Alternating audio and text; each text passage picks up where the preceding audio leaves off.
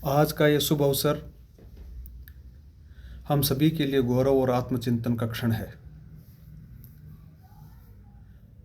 श्री क्षात्र पुरुषार्थ फाउंडेशन के 8वें स्थापना दिवस पर हम एक ऐसे विचार का उत्सव मना रहे हैं जो श्री क्षत्रिय योग संघ के अनुसांघिक संगठन के रूप में समाज की सेवा और उन्नति हेतु सतत प्रयासरत है। संक्षेप में यदि यह कहा जाए कि श्री क्षात्र पुरुषार्थ फाउंडेशन का लक्ष्य पारंपरिक मूल्यों और आधुनिक आवश्यकताओं के बीच एक सशक्त और संतुलित सेतु का निर्माण करना है, तो हमें हमेशा याद रखना होगा कि कार्य करते हुए हमें न तो परंपरा से टूटना है और न ही आधुनिकताओं से घबराना है, बल्कि दोनों का सामंजस्य के साथ चलने का मार्ग अपनाना है।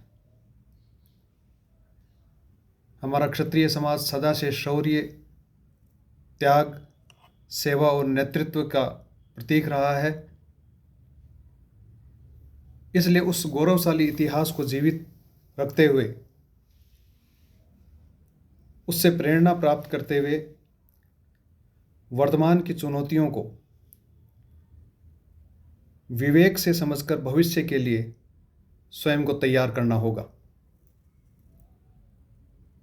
जब समाज संगठित होता है तो उसकी आवाज़ भी प्रभावशाली बनती है।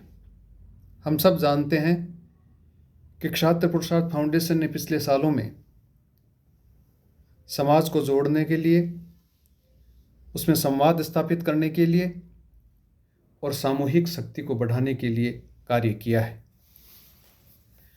फाउंडेशन का दृष्टिकोण केवल क्षत्रिय समाज तक ही सीमित नहीं रह जाए,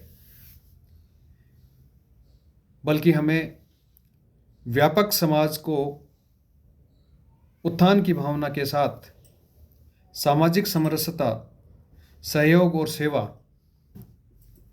के लिए हमको आगे आना होगा और तभी हमारा उद्देश्य पूर्ण होगा।